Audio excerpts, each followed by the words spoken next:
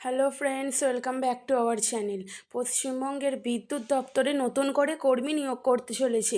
কী কী আবেদন লাগছে জেনে নিই। তবে তার আগে যারা আমাদের চ্যানেলটিকে এখনও সাবস্ক্রাইব করেননি তারা সাবস্ক্রাইব করে পাশে থাকুন। তবে শুরু করা যাক।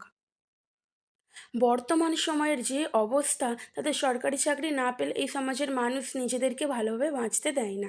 তাই আপনি যদি নিজেকে প্রমাণ করার জন্য সরকারি চাকরির সন্ধান করছিলেন, তাহলে আপনার জন্য এটি একটি সুখবর। Paschimbanga electronic industry development corporation এর থেকে একটি অফিসিয়াল নিয়োগ বিজ্ঞপ্তি প্রকাশিত হয়েছে ইতিমধ্যেই।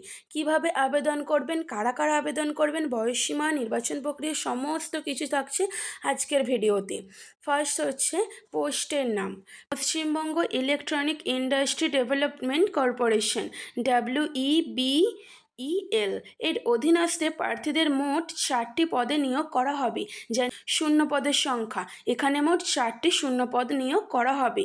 পরামর্শদাতা উদীয়মান প্রযুক্তি একটি, উপদেষ্টা আইনি একটি, উপদেষ্টা অর্থ ও নিরীক্ষা একটি, উপদেষ্টা বাণিজ্যিক অপারেশন এবং প্রকল্প একটি।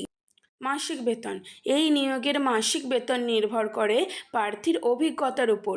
শিক্ষাগত যোগ্যতা, এই নিয়োগের ক্ষেত্রে যেহেতু আলাদা আলাদা পদ রয়েছে, তাই পদ অনুযায়ী শিক্ষাগত যোগ্যতা নিরূপণ রয়েছে।